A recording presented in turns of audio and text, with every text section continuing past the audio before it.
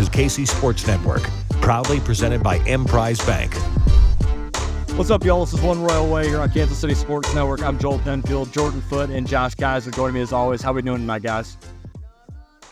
Josh, Fantastic. how are you doing? Loving life. My team won last night, unlike other people on this podcast. But that's just what winners do, is win. Good thing you're recording during the game that's happening right now, because we have horse blinders on to Jordan Lyles just throwing BP starting in the fourth inning of this game that's currently happening. And covering the team and living in Kansas City, I've lived in Kansas City for basically 15 years. So I like the Royals a lot, and I love this team and love covering this team, but my fandom lies with Seattle. So the game last night at Kauffman was a weird emotional state for me to be in, because I was just at a certain point, I was just rooting for Brady Singer no-hitter. I just wanted to see it happen because why not at that point? I'd rather see the history, and then the bullpen implodes for the Royals, and I'm happy partially because the Mariners are actually coming back. And I'm like, oh, hey, they're going to find a way to pull out a win here. And then the other side of me is like, oh my God, the Royals are just imploding in about the worst way humanly possible. And then the Royals turn around and walk it off. And then I was mad because I guess Dylan Moore doesn't know that Dyron Blanco is just going to bunt with someone on third base like he has done pretty much every at-bat that he has a runner on third base for. We're a great game. It was a fantastic baseball game. But for me, I was just in about 8 different emotional places for pretty much the entire game. And right now, I'm just happy at this point because it confirms my priors about Jordan Lyles, and the Mariners offense is actually a thing now. So I'm fine with it. Jordan, how are you? I guess I'm good, man. Happy to be here. I didn't get to ask Joel before we came on, which usually I do. I didn't really ask him about the game, so I'm glad I got the 4-1-1 on the emotional roller coaster that means attending a game where you're a fan of 2 different teams. But I'm excited to be here, man, as always. We appreciate y'all sticking with us here. We got a lot to get into. We're going to hit our usual pitcher and hitter spotlights. We're also going to talk about some very specific stats and things we're looking for down the stretch of the last couple of months for one hitter, one pitcher. And then we're going to talk about the MLB Pipeline Top 30, which was updated last week. I believe it was last Wednesday, so it was right after we recorded. It feels like stuff that is would be important, pertinent information in the moment always comes out on Wednesdays right after we have recorded. And so we have to wait about 6 days to get it all in. It feels like that has happened pretty much all season. Before we do all of that, yeah. I thought it was Tuesday afternoons right before. It might have been. We do all our prep, and then trade deadline was everything at 5 o'clock, so we had pretty much had to scrap everything. Pretty much. Feels pretty much. Yeah, Tuesday afternoon and Wednesday morning is when all the stuff starts hitting the fan. This show is always brought to you by Kansas City Strength and Conditioning. We can't thank them enough for helping us out here. Day one sponsor here at KCSN, so be sure to check them out if you have a baseball or softball player in the area that needs a place to train. So just some thoughts from the last week, and it kind of extends for me back 2 weeks, really back to over the last 15 games for Bobby Witt Jr. And just the stat line is absurd. Since July 28th, when he hit the walk-off grand slam, kind of the line of demarcation that I'm using here, he is slashing 453, 493, 844, and that's in 69 plate appearances. Nice. With a totally sustainable 264 weighted runs created plus. He has gotten to 4.6 F-WAR now, which is 9th in all of Major League Baseball, 2nd among shortstops. He's pacing right now pretty close to a 6-win season. He's going to have the highest F-WAR among all shortstops in the big leagues. And it's not just the stuff at the plate. He is continuing to play elite defense at shortstop. He leads all of Major League Baseball in outs above average among all position players, not named catchers. This is how outs above average doesn't count in catchers. It's all infield, outfield. He is becoming the superstar that we all knew that he could be. And what's crazy is, even with this stretch, I think he's still just scratching the surface. It is not a complete thing yet, but we're watching a dude growing into the peak of his powers at 23 years old. I mean, the price is going up, but it is absolutely special to watch Bobby Witt Jr. play baseball right now. I'm loving every second of it. Yeah, it's go ahead, Josh. If the season ended today, just real quick, is Bobby Witt Jr. an MVP finalist? Does he get MVP votes? He's going to get down ballot MVP votes. Like, Yeah. he's probably going to, like, he'll be in that probably kind of like Salvador Perez in 2020 at the 48 homers. Like, he'll finish like 7th or something like that. I can see that. I don't know how far does it log, like, under Baseball Reference, page 20th? 20th. Okay, so I can see him doing that. I don't know if he cracks top 10, and that's obviously not an indictment. Next year, if he can build off what he's done, like if we go back 2.5 months ago, we had a podcast where we were like, man, is Bobby Witt Jr. going to put it together? At least I was like, I don't know. It seems like he's really not putting it together. The things aren't clicking for him. Then literally just snap. And he's been phenomenal ever since. And that's the thing about this recent stretch. It was after a prolonged period where he was playing really good ball. So it's not a fluke that he is producing at an all-star MVP caliber level. Even if he doesn't do that moving forward, he's still showing that he has the capability to do it. And it goes from him being a possible, okay, well, maybe he turns out to just be a good player, and that's not what people wanted, to, okay, he is a perennial all-star. How often can he elevate to an MVP? And that is a good spot to be in, regardless of whether he sustains it or not. So all good news, I think, for him. Lorenzo Cain's, he got the MVP, like second runner-up, third overall, and he had, I believe, it was an 8. Yeah, that's a lot of it. It's 7. Yeah. 7. Yeah. So if Bobby has 4.6 F4 right now, I think I saw Zip's projection the rest of the season was like 1 more. So you could squint and see like 5.5, 6 maybe. So that's just context reference of what Locaine got. That's kind of what I was like. Do you think he could get to 3rd like Locaine did in 2015? It'd be tough to be able to make that case, I think. But so these are the players that are. Yeah, these are the players that are listed above him in the American League for, and like just in the F4, but it provides some sort of context to who's probably going to be in the MVP discussion. We all know Shohei is going to win it. It's just a matter of 2 through 20 at that point. And Shohei, and then it goes to Marcus Semien in Texas, Lubob in for the White Sox, player that plays shortstop for the Tampa Bay Rays that will not be named, Bobby Witt Jr., and then Adolis Garcia. Jose Ramirez is down at 15. Kyle Tucker at 18. Julio Rodriguez at 20. And that's where they rank among F4 in all of Major League Baseball. So there's not many players that are, more valuable, if you want to use it, WAR as a value stat, than Bobby Witt Jr. There's only 4 more. So I'm not saying that he's going to finish top 5. I don't think he will. I think they're going to give it a few more guys just because the team was so awful that, like, people are not, it's not going to be necessarily front of mind. But if he goes out there and he gets the weighted runs created plus up above like 120, he gets a 30, 45 season, 30 homers, 45 stolen bases with a Gold Glove, which I think is almost a shoe-in at this point. I think he's going to finish somewhere in that 7 to 10 range for MVP, which if you told me that at the end of May, I would have said you were crazy. And what's nuts about it all, too, is at the end of, I think Royals Weekly Marcus tweeted this at me when I posted the stats about Bobby this morning, that at the end of June, Bobby Witt Jr.'s weighted runs created plus was 87. So he was at 2 months ago, not even that, a month and a half ago, he was 13% below league average. And in 6 weeks, he's now 16% better.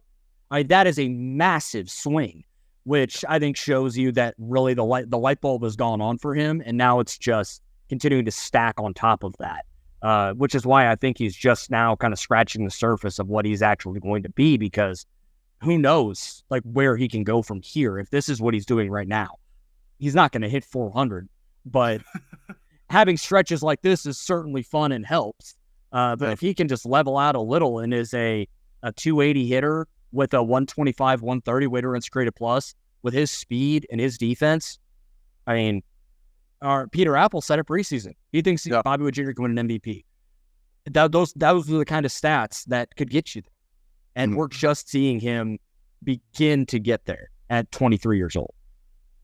So to keep it moving on promising infielders for the Royals that are also under 25, Maikel Garcia kind of has been flying under the radar lately. Like, he's just been doing his thing, not standing out a ton, but still playing good defense, doing some solid jobs on the base pads. 15 games after the All-Star break to the end of the month of July, slashing 230, 242, 377, 14 hits and 66 plate appearances. He was walking 3% of the time with a 57 weighted runs created plus, so quietly struggling for a little bit. 12 games in August, 383, 415, 383, 18 hits and 53 plate appearances. He swiped 4 bags after not swiping any. And that last 15, walking more often, striking out more as well, but under 20%, 123 WRC plus. The only real two things I noticed, his BABIP luck was coming around a little bit. Like, it was really, really high during his hot streak. Then it was really, really low. Now it's kind of evening out. And then secondly, his medium contact percentage during this stretch is 62%. His season average is 47. So he's doing something differently. I can't pinpoint what his change was. Again, we're talking about less than 20 games in both of those samples. But after he was kind of scuffling a little bit at the plate, he's settled back in and kind of been that steady force that he's grown to be for the Royals this year, I think.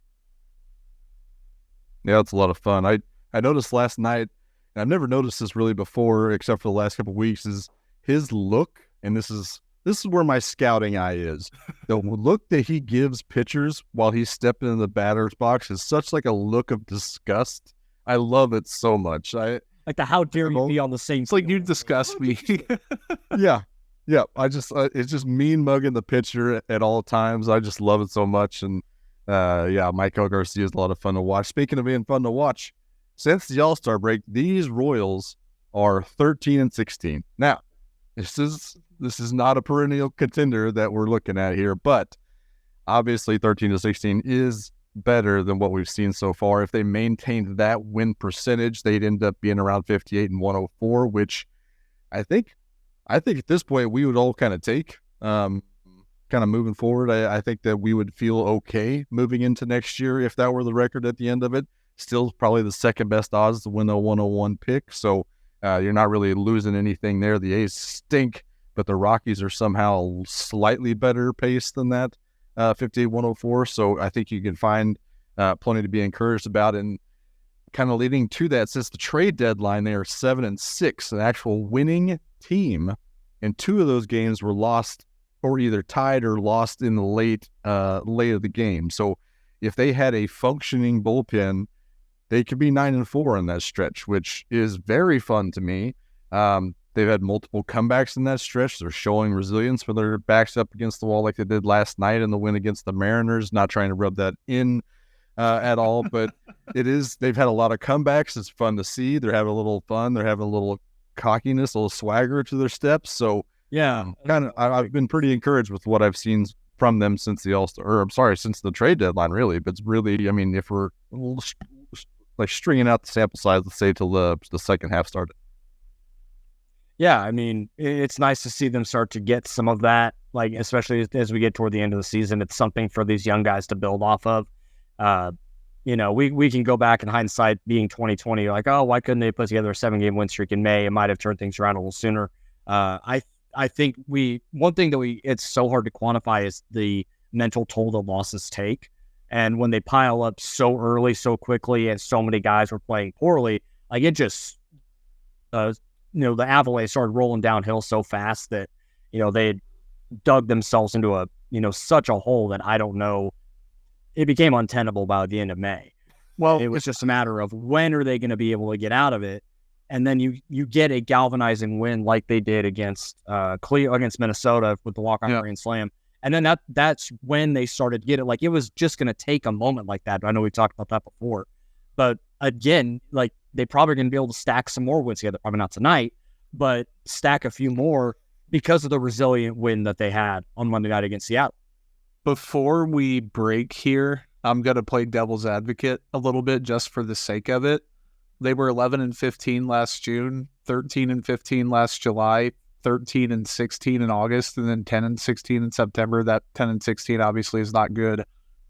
But so we've seen before they're showing a little bit of a sign of life. Yeah. And then they absolutely flop. But it's still worth bringing up because they are playing better and they were absolutely putrid to begin the year. So even if this isn't real, which I'm going to lean that it isn't, if they found a middle ground and would have done that this year, people wouldn't be nearly as pissed. And I mean, people are going to be mad either way, but I'm going to go out on a limb and say the people that are pissed would rather watch a competitive team than not a competitive team. So it's still worth bringing up either way.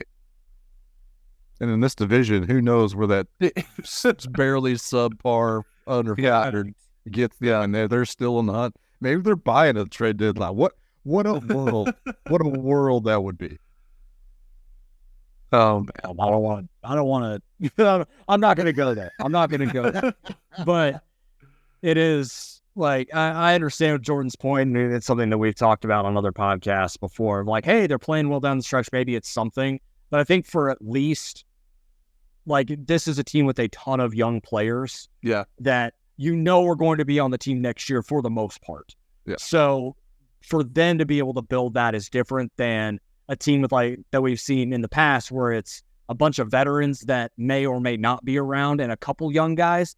Like, it is a bunch of dudes that are probably, there's a better than 50% chance are going to be playing together in 2024, learning how to win together at the big league level now, might carry over some. Might not do a lot, but I think we're at least we're beginning to see the steps in the right direction that we thought we were going to see at the beginning of the year. Just happens to be as we're getting close to football season when no one's going to give a shit about baseball pretty soon anyway. So it's fine. Like, it happens every year. They start to win right around the time that the Chiefs start to win, and no one cares. It's fine. Sign my petition at change.org to start MLB season starting June 1st from now on. Not gonna go. We're gonna take our first break. We'll be right back. Thanks for listening to KC Sports Network. Make sure you download our new app. Find it on the App Store or Google Play. Just search KC Sports Network. Be sure to hit that like button, hit that subscribe button. Thanks for hanging out with us, as always, through this baseball season. It's been one of the seasons of all time, and it's been one, yeah. Of all the seasons ever, it has been one of them for sure. I think. Hot take. Yeah. That's a big if true. We're going to go into our hitter and our pitcher spotlights of the week. And for our hitter, we're going to talk about Maikel Massey. And the crux of the discussion here is going to be whether or not he's a part of the core moving forward for this team. I know people hate arbitrary deadlines. I was getting hate for it on social media for providing context of possible improvement for a hitter throughout the course of the season. If you want to, I'll go back pretty far here, but since May 2nd, he's been a 103 WRC plus. He's walking about 8%. I'm going to get into that a little more later. Striking out 17.4%, slashing 244, 313, 438, 10 homers. So a slightly above average hitter at second base. The offensive floor or like ceiling at second base isn't spectacular unless you're like Ozzy Albies. There's just not many out there. Or Jose Altuve, I guess. But, and even like over the last about 3 weeks or so, he's had a weighted runs created plus around like 120 or so. And as well as he plays defense, 5 outs above average on the season, which is, pretty solid among all second basemen. I think he probably is at this point. Like, I think over the last couple of months, he's solidified it a little more. Certainly had some questions about it after the first month. Like, it was so awful that the season-long numbers are just a train wreck. But when you look at what he's been able to do and how he's been able to adjust throughout the season, he's steadily improved, and he's putting together a lot better at-bats. He's spoiling a lot more pitches. He's willing to work more counts. He's not as aggressive. I think we're starting to see him round into form to where you think, okay, I think he can play second base in 24. But if he starts out the year awful again, like if he's just one of those guys that's a stereotypical slow starter, I don't know if you can rely, that's not reliable enough, especially when you're trying to win games out the gate and you don't want to start the season the way you did now.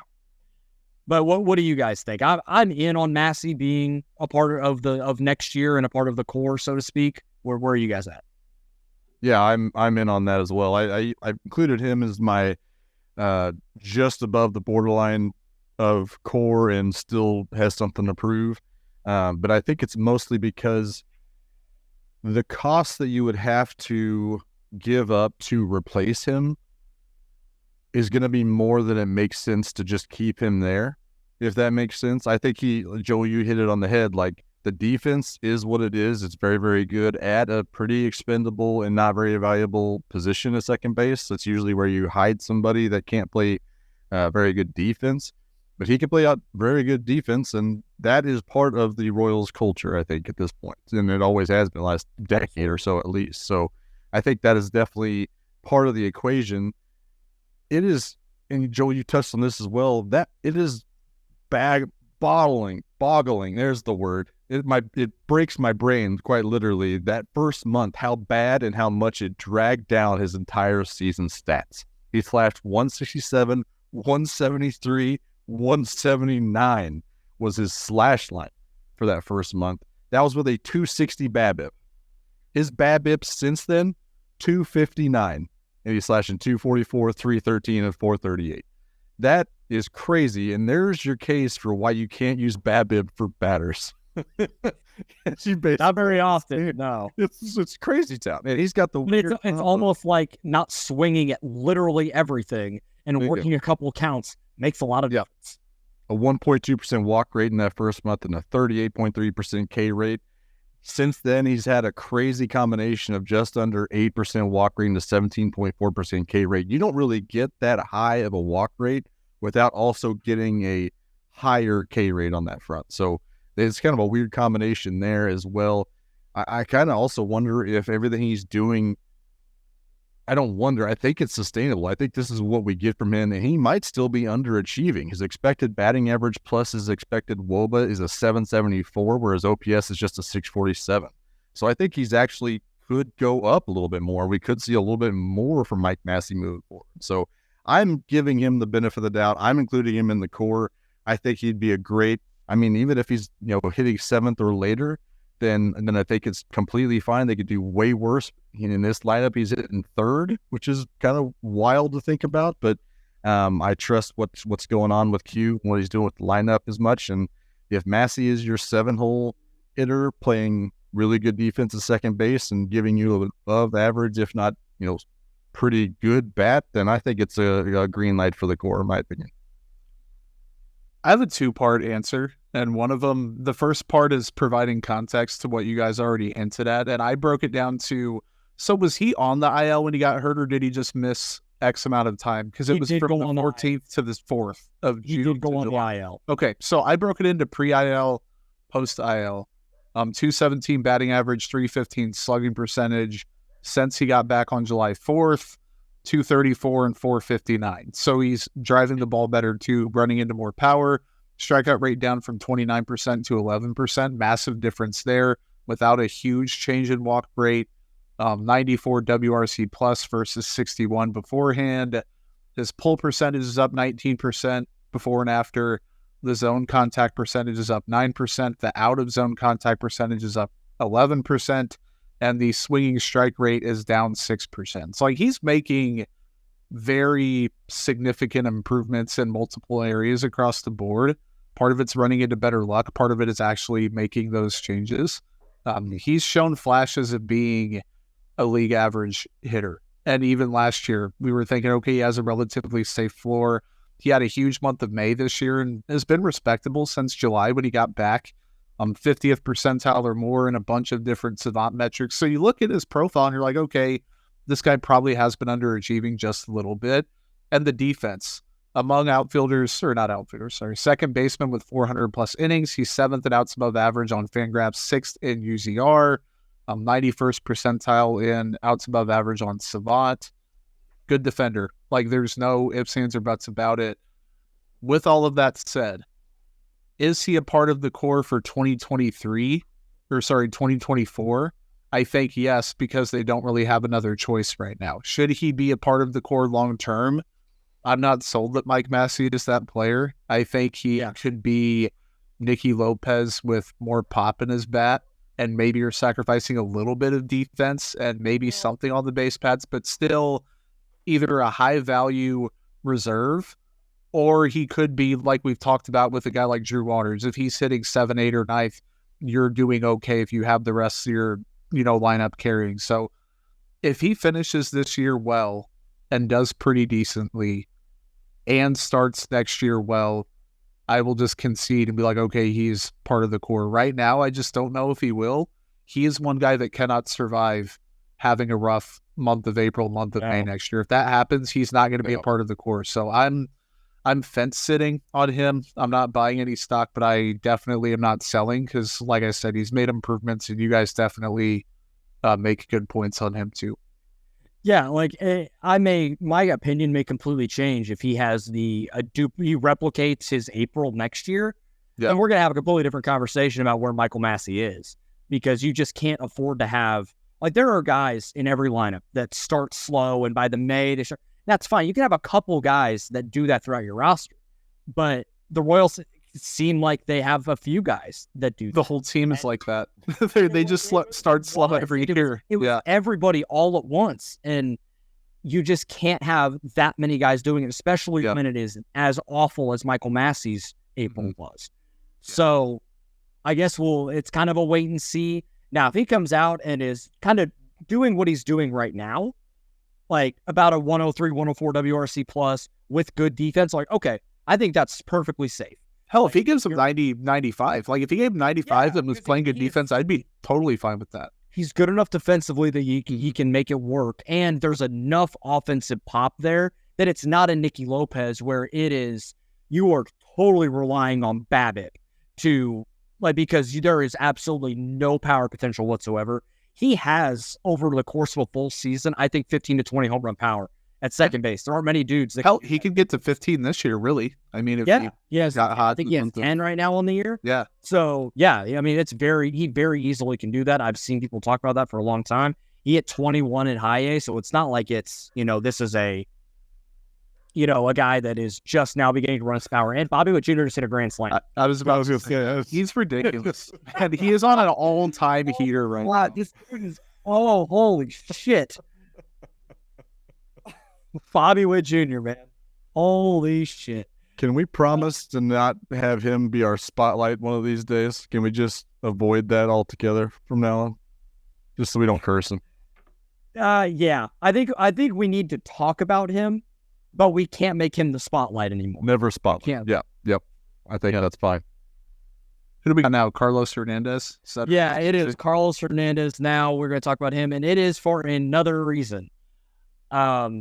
Since I want to pull up the game logs here because he had a stretch there for a little bit that was good, and we're thinking, hey, maybe this is maybe the next, maybe they found something, and this is the next guy in the bullpen that we can start to look at. Well, draw the line right after the trade deadline when he became the closer, or just back in bullpen. Yeah.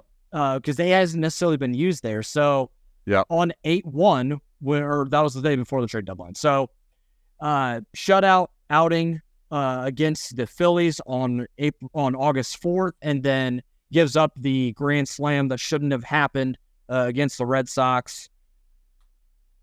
And then he faces the one batter on I think that was the Friday night game against St. Louis. Just faced the one batter and he was done.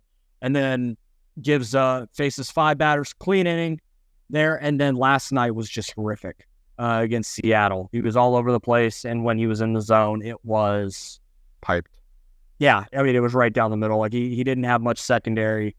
His fastball has even been objectively terrible since around the All-Star break. It's been bad for a month. I mean, he's still throwing 98, 99. Sure, yeah. It's velocity, but it's kind of back to where Brandon we Mauer were last season and before, where it's this dude throws 99, it shouldn't be that hittable. Yeah. Mm-hmm. And it's kind of we're getting back to that point. And the walks are up too, recently. It's not completely, the sample isn't big enough for me to care that much and look too much into it, but people are hitting the shit out of him right now. He's walking more people. I don't really, admittedly know too much about Fangraphs like valuation for different pitches, but his fastball runs above average on the years, plus 5.7. Since the All-Star break, it's minus 3.8. Like, it's been really bad. He's had 2 blow-up games in the last 4. Prior to those, before the All-Star break, 3 earned runs allowed in 10 innings pitched. Like, he can totally turn this around, but this is the type of stuff that is why people say trade your relievers. I know that's one of our points. I don't want to steal anyone's thunder, but like, that is the first thing I think of is like, if he does turn back into a pumpkin or whatever, that's one of the main reasons why people say sell high and move them. Yep. I think that's the biggest thing is this is kind of the living embodiment of trade your relievers. Yeah. Because the volatility of the position is so stark that this kind of thing can happen, and you just never know if you're even going to get anything close to not just trade value, but just like the mentality of from the pitcher of, is he going to come back and be the guy that he was at the beginning of the year, or is a stretch like this going to mess with the psyche so much that you have no idea what you're going to get, and it's a mixed bag again, kind of like what we've seen with Dylan Coleman this year. Like that's how fast it can happen. Now, I think there's still enough to dream on with Carlos Hernandez that he, settled back into a role. And because he's been used as like a fireman and a closer, like I don't know how they're going to continue to use him, if they're going to let him close out games, give him clean innings, or if he's going to be a fireman type. I have no idea. And he's only 26. Like he'll be 27 at the beginning. He's under club control. Like I still think we were on board with them keeping him for the most part because, like, yes, trade to relievers, but at a certain point, if you're trying to make the playoffs in 2025, 6 and 7, you can have him all of those years. And if he turns out to be a valuable piece, or if you find out that you're still years away, he'll still have some value. So, like, I don't disagree with what they did by keeping him, but it is a slippery slope with the reliever, no matter who it is. And this is just like a blip on the radar. It's in the distance. It's nothing too alarming. Like, no one should hit the panic button, but it's not the Carlos Hernandez or even close to it that we saw prior to whatever deadline you want to bring up. Trade deadline, All-Star break, whatever it is. I looked up his high leverage splits, and he has a 19.2% walk rate. This is a 26 batters face sample size. So high leverage situations in 2023, a 19.2% walk rate. He has a 57.1% line drive rate. Wow. That's not good. 21.4% barrel rate, and a 57.1 hard hit percentage. Is he hanging out with Jose Cuas? Unbelievable. And let's give him a little bit of grace here, because he's going from being a 24, 25-year-old kid trying to figure out the starting rotation gig. Then he became a bullpen arm pretty much the end of last year and into this year. So he's kind of, we talked to Austin Cox about it last week. There's a little bit different mentality you got to have. And I think there's even another step in mentality to be a closer and to work in those high leverage situations. Maybe not even closer, but just like a fireman role, whatever you want from Carlos Hernandez. The skill is there. I'm sold on that. I think that is real, what we saw at the beginning of the season before things kind of fell off. I think that was absolutely real. So I still see it in there. I think he needs to develop a little bit more in those high leverage roles. I wanted to talk about a little bit more about the trade to reliever situation. The only context that we have is past trades that were completed about trade value and stuff. So I looked at all of the trades last year.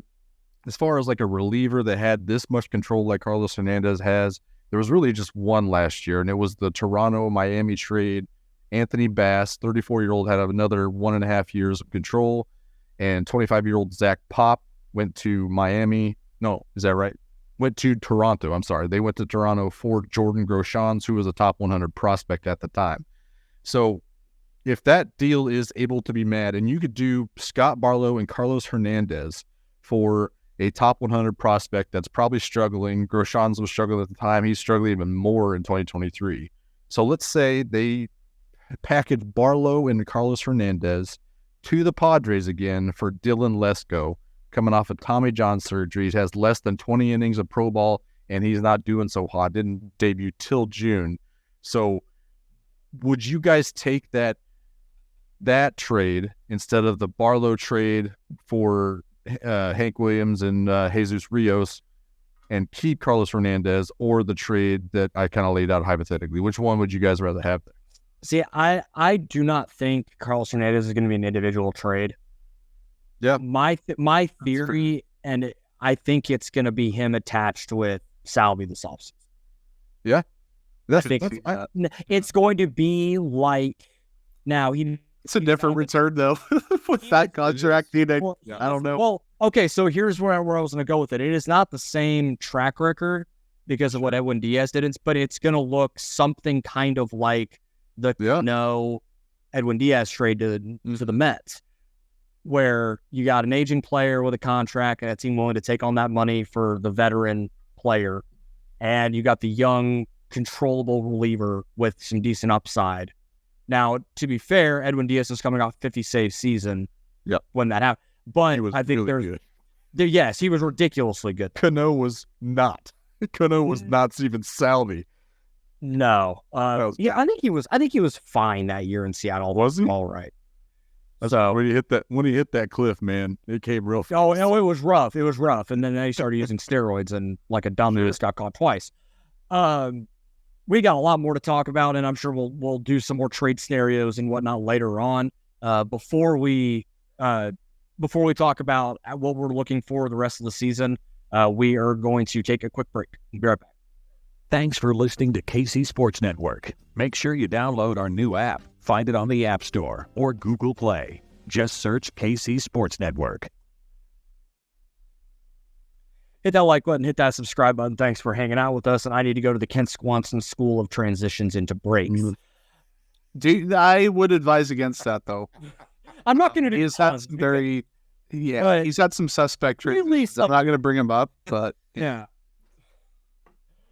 All right, so we're going to hit a one specific thing that we're watching for a hitter and a pitcher.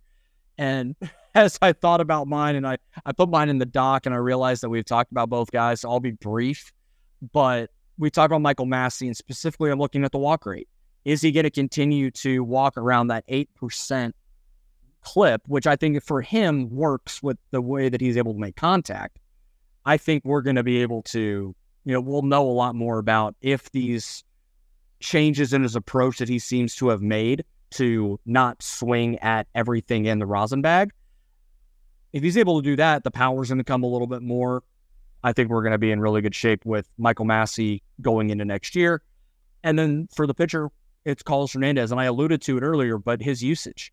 Is he going to be a guy that is closing out ninth innings, or is it going to be by committee? Is he going to be the fireman? Is he going to be the guy that goes in the seventh inning and you're trying outs? Or are they going to use him in an opener role again, which I thought he thrived in at the beginning of the season? So how they use Carlos Hernandez will tell me a lot about either A, how the Royals are going to use him moving forward, or it's a show off or showcase to other teams of, hey, this guy can do this, this, this, and this. You want him? And it could be a part of a little bit of a trade potential for this offseason. I've got a pitcher. I've got Zach Greinke's career strikeout total. This does not impact the Royals long term.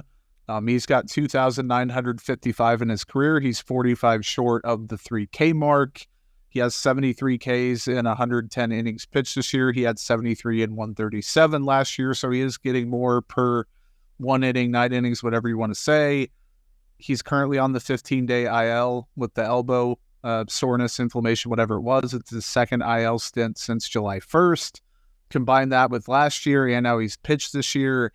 I haven't heard anything. This is not me reporting anything at all, but I think this is it for Zach Greinke personally. With that said, I did the math. He's got 6, maybe 7 starts left if he comes back on August 22nd, 23rd, whatever it is. He's not going to hit 3K. Like in 30 innings or whatever it is. He's not going to get 45 strikeouts unless he just goes absolutely bonkers and empties the tank the rest of the year. But I am intrigued to see how he ends this season, potentially ends a career that has been very storied, obviously Hall of Fame worthy. Yep. And then I've got Drew Waters' walk rate and slugging percentage. I know I was supposed to pick one. I cheated on both of these. Prior to July 1st, he had a 5% walk rate and a 366 slugging percentage. Since the beginning of July, 7.8 and 437. Since the All-Star break, 8.9 and 475. And in the last 15 games, 12.5 and 489. And I think you can see he didn't get back until like May, the end of May. I think I said the end of it was like close Memorial weekend. Yeah, so it took him a while to get going. And once he did, he was getting better. And then he had a couple weeks and he got better. And then he had a couple, like he's made pretty substantial incremental improvements throughout the year. So I'm interested to see, because if he can walk at close to a double-digit rate or right at 10%, and his slugging percentage is 400 plus, and that raw power does translate, whole different conversation with him. So those are the two things I'm looking at. I am all the way here for Greinke emptying the tank for the last 2 months. Just pump it like 92, 93 the rest of the year. Greinke pops at 95 in his last start. That would be awesome. That would be the best. My two pretty short and simple. The Cole Reagan slider, specifically the slider, because of what it would say about the front office, the coaching, and the personal development of Cole Reagan's.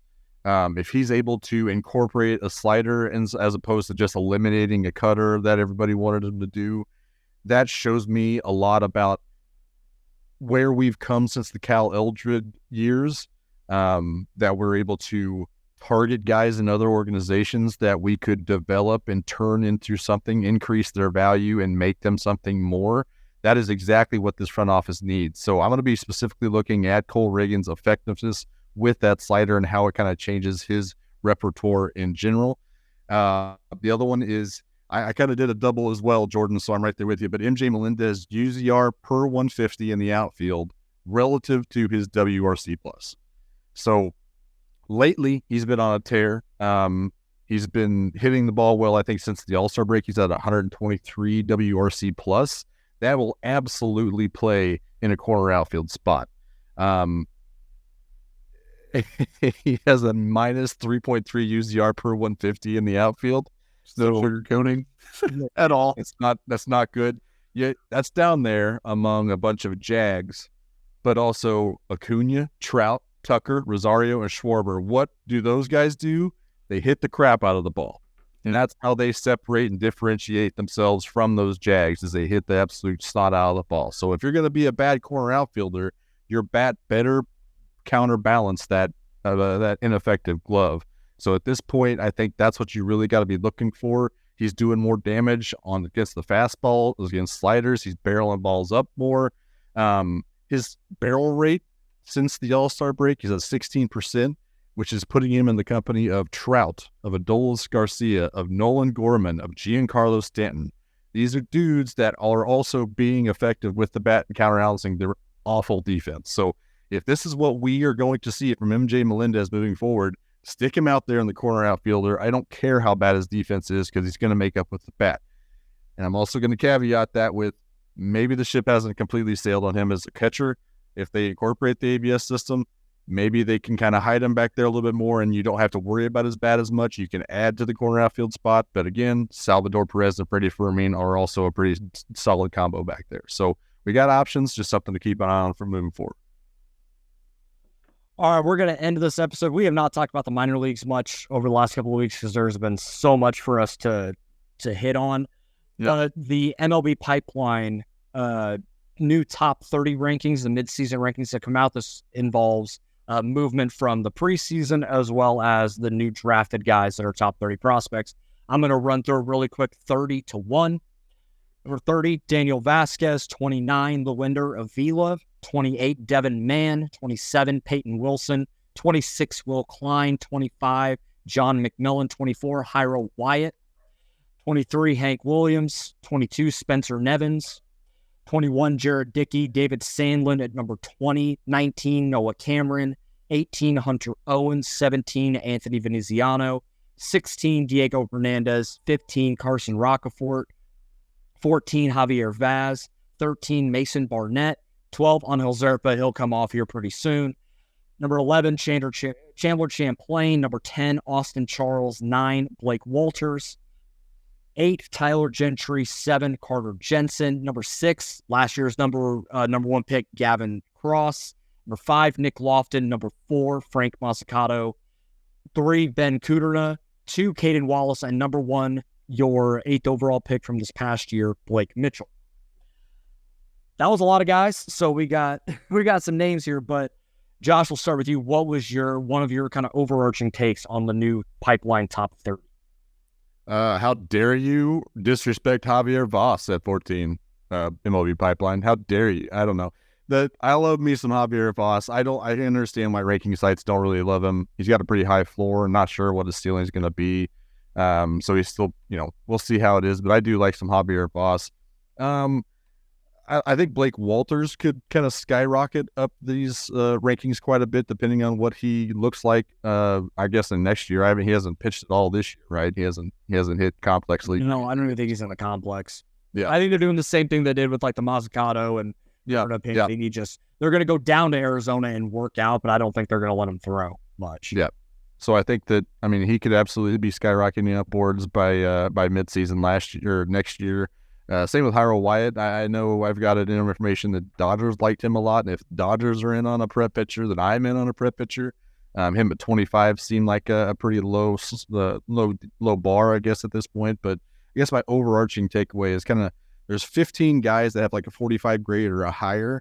So 15 guys that they could see making some kind of MLB contribution over their careers, which seems like a pretty deep draft. That's half of it, or a deep, top 30 system. But it's lacking the star power, as it always has. So I think that's the way it's going to be moving forward until, we're going to add a pretty high pick next year in theory. Maybe some trades happen and we get some of that, kind of bought back, and maybe some guys take some step forward. But at this point, we got about half the farm system that we could potentially expect some kind of MLB productivity from. And I feel like that's a good thing, even if it isn't very top heavy. I think Carter Jensen at 7 might be a little too rich for me. I'm just not a huge Carter Jensen guy, but his patience and walk rate is really hard to teach, borderline impossible to teach. Austin Charles, I'm also not a gigantic Austin Charles guy. I think 10's a little rich for me there. Carson Roccaforte at 15 seems almost perfect, I think. It's like he has the raw tools to be a really solid player, but also hasn't really proven a lot, but also has the experience as a multi-year guy that's one of the older coming in. Like, that seems perfect for him. Guys that are too low for me, Anthony Veneziano at 17 seems too low. Spencer Nivens at 23 seems too low. And then Will Klein at 27. Those 3 guys. I know that Nivens hasn't been perfect, but I still believe in his tools. Klein has been very far from perfect at AAA, but again, even if he's got Dylan Coleman syndrome, where like he comes up and is great and then struggles and then it's great and then you don't know what's going to happen, he still should be higher than that. And then Veneziano just speaks for himself. So those are that's 6 guys that jumped out to me a little bit. Yeah, I completely agree with you on Spencer Nevins. I think having him at 22 is criminal. Like, I think he is a legit top 15 prospect.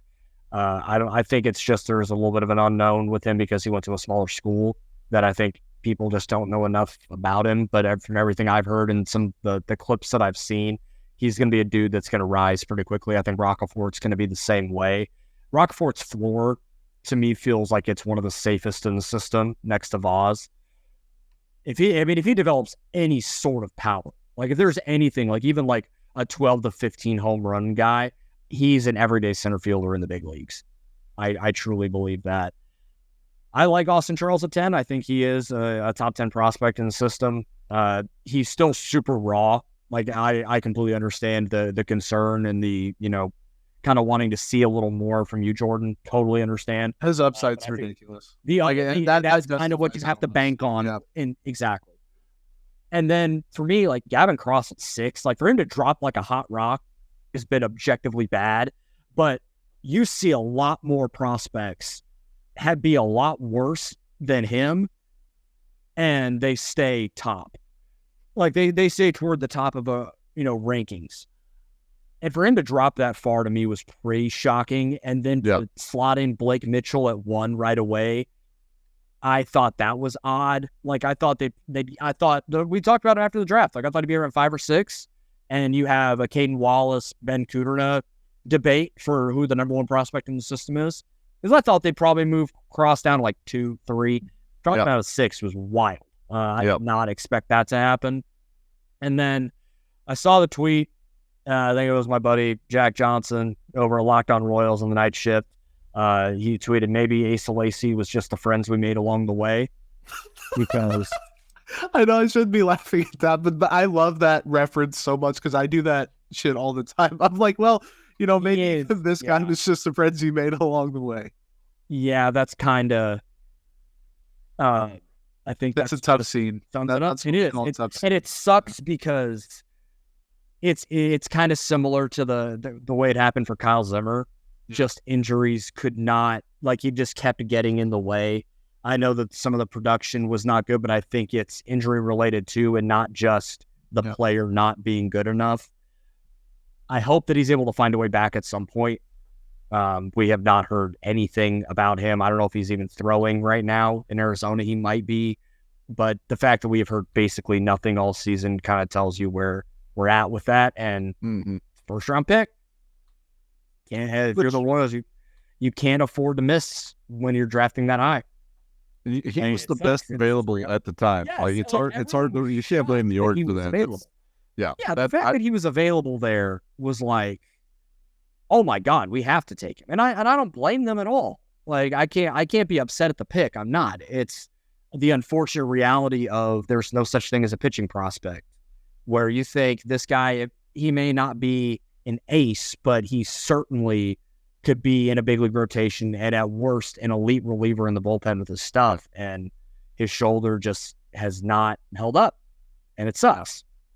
Well, and then you got the people that, for lack of a better term, bitch about the pick being a bad one. Hindsight's 2020. No one very few people when that pick happened were like, oh, Asa Lacy sucks. He's going to be so bad. He's going to get injured all the time. It wasn't widely viewed as such a terrible pick like it is now. And the Royals don't have all to do with that. They're not Asa Lacy. They're not Asa Lacy's durability. They're not the mentality. It's not all their fault that Asa Lacy didn't pan out. And he's still young. It's not complete doomsday for him, but him falling off the top prospect list is pretty darn close. All right, I have one final thing before we get out of here. This was just sent to me by a friend of mine that Bobby Witt Jr. is now 6th all-time among qualified shortstops in Royals franchise history. Wow. He's at what? Wins above replacement. Gotcha. That's wild. He is currently tied with Ray Sanchez. That's just Ray Sanchez. Next up on the list is Nicky Lopez at 7.5, UL Washington 7.6, and then it's Alcides Escobar and Freddie Patek. Yeah. Damn. And he is only 10 wins away from Freddie Patek. The Royals have not had some good shortstops. Pretty piss poor. Yeah. I was not an Escobar guy. Straight up. I'm just letting you guys know. I was not a fan. Totally fair. 2020. No, I have one final thought. Okay, go for it. The movie Draft Day stinks. It is terrible. Awful. Just so bad. Yeah. I don't have a final thought. I mean, it's a fun premise, but just nobody. And they had Rich Eisen, they had Roger Goodell, they had all these cameos. That somebody should have been like, guys, this doesn't make sense. This would not happen. Somebody needs to shut it down. It's so bad you have to watch it. So if you haven't seen Draft Day, it's so bad, but you have to still see it. So please, that's my final thought. Despite our mutual agreement that it's not a good movie, it's so bad that it's good, and you have to watch it. So that's my parting gift for this week. Lord have mercy. If Ned Yost made a movie about the NFL Draft Day, that's what it would be. Yeah. With Eli Drinkwitz, and it's not going to do it, Joel. I got more trying to think about 40 people. Oh, man. Not signing up for Eli Drinkwitz slander. And Jerome Tang. Okay, I'm cool with that one. That's going to do it for One Royal Way this week. Thank y'all so much for hanging with us. Be sure to like, comment, and subscribe on all platforms. Let us know what you think, and we'll talk to y'all next week. Take care.